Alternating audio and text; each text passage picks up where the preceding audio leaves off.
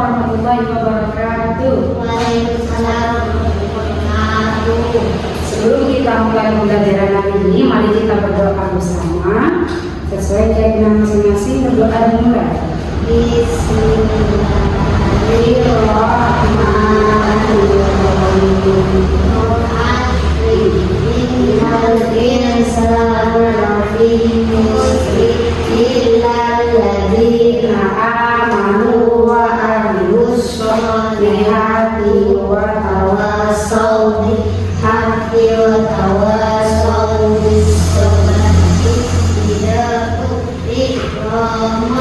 Sebelum dimulai pembelajaran, guru akan mengabsen ya.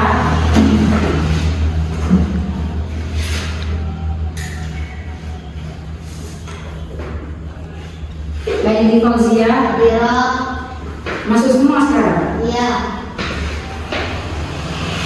Pembelajaran hari ini yaitu tentang gagasan pokok. Ada yang tahu tentang gagasan pokok? Tidak tahu? Enggak. Gagasan pokok adalah hasil atau ide pemuka, ide pertama pada suatu paragraf. Apa? Gagasan pokok adalah ide utama pada suatu paragraf. Jadi, apa yang berguru gagasan pokok? Ide suatu paragraf. Ide pokok, ide utama pada suatu paragraf. Bentar ya. Jadi guru akan jelaskan sekarang tentang gagasan pokok.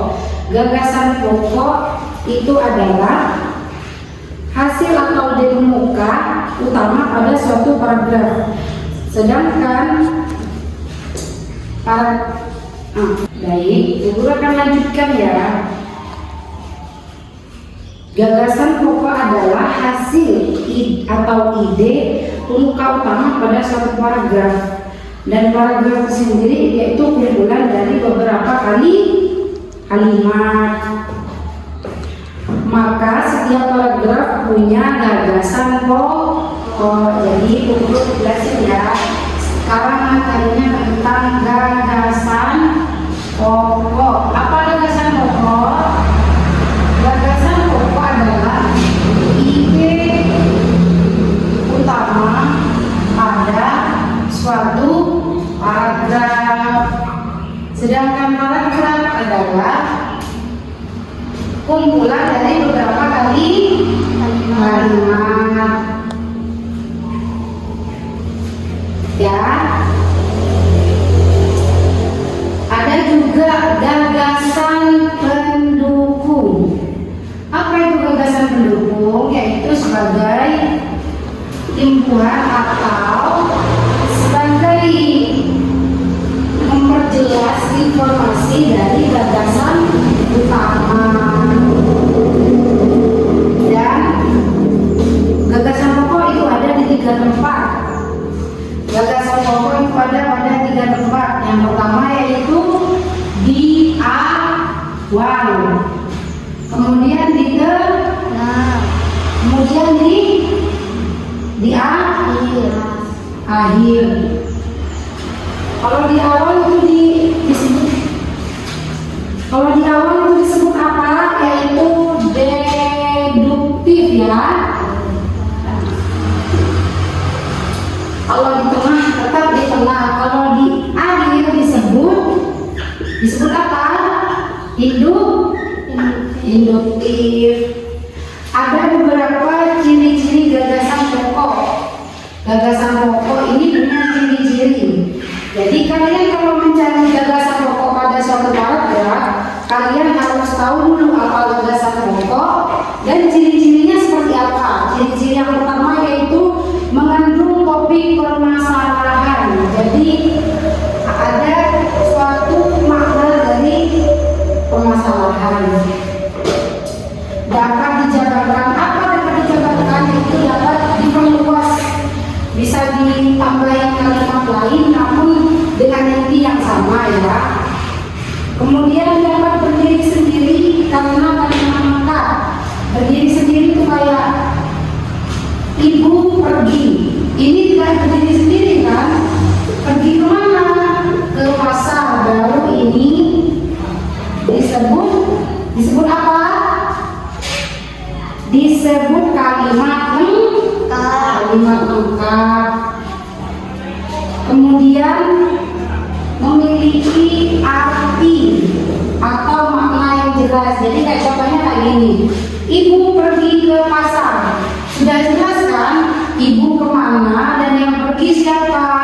Baru kalau ibu pergi atau pergi ke pasar, siapa yang pergi?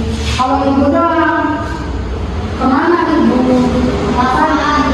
Ya. Kemudian sebuah kesimpulan paragraf jika ada di akhir paragraf. Jadi kalau ada di akhir paragraf, maka suatu gagasan pokok itu adalah kesimpulan dari semua paragraf dari awal ya. Paragraf dari yang utama sampai titik. Kata yang utama sampai titik itu disebut paragraf. Kemudian jika gagasan pokok ada di akhir, maka itu pasti kesimpulan dari semua kalimat yang menjadi satu paragraf. Kemudian ciri-ciri gagasan pendukung. Tadi gagasan pendukung apa? Apa gagasan pendukung? Kalimat yang ada dalam suatu paragraf yang isinya penjelasan dari topik gagasan pokok. Jadi gagasan pendukung itu turunan dari gagasan pokok. Untuk mengetahui gagasan pendukung, yaitu yang pertama harus ditentukan gagasan pokoknya dulu. Jadi kita harus tahu gagasan pokok terlebih dahulu, karena gagasan pendukung turunan dari gagasan pokok. Cari informasi pendukung yang mendukung memperdalam gagasan pokok ya. Baik, dari penjelasan Bu Guru tadi, Bu Guru akan menyuruh satu dari teman kalian untuk mengerjakan di papan. Bu Guru tulis dulu ya contohnya. Bu Guru kasih contoh dulu, kemudian Bu Guru memberikan tugas maju satu. Nah, contohnya kayak gini.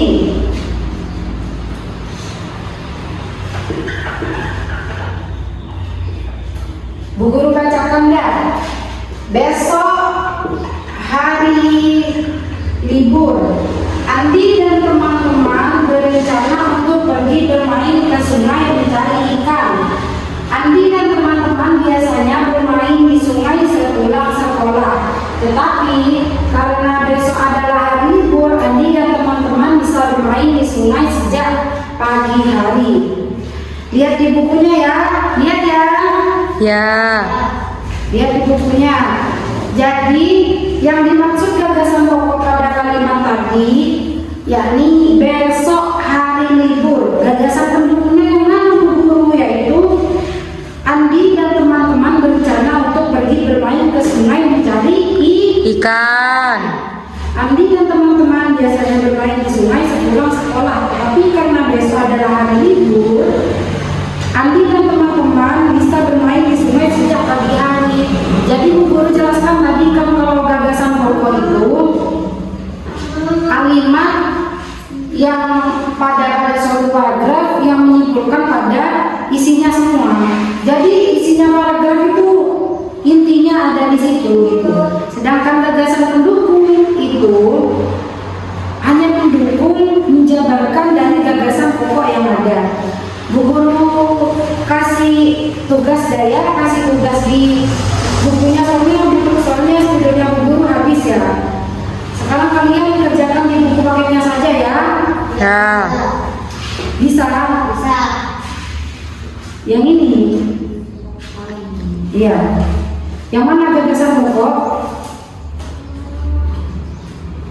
Pohon memberikan berbagai manfaat bagi manusia, alam yang makhluk dan makhluk hidup lainnya. Itu disebut gagasan apa? Gagasan pokok. Nah, gagasan pendukungnya yang mana?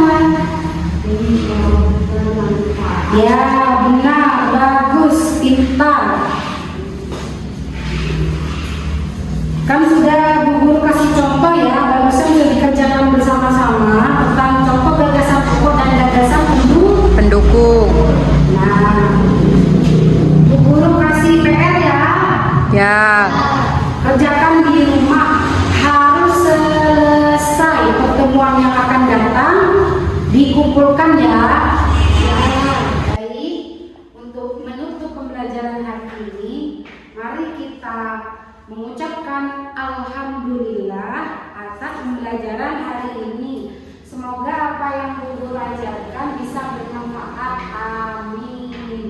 Sebelum pulang, ayo duduknya yang hitam ya. Duduknya yang hitam. Masukkan dalam tas bukunya, pulpennya, pensilnya, penggarisnya, ayo. Kemudian duduk yang hitam. Dan mari kita berdoa bersama.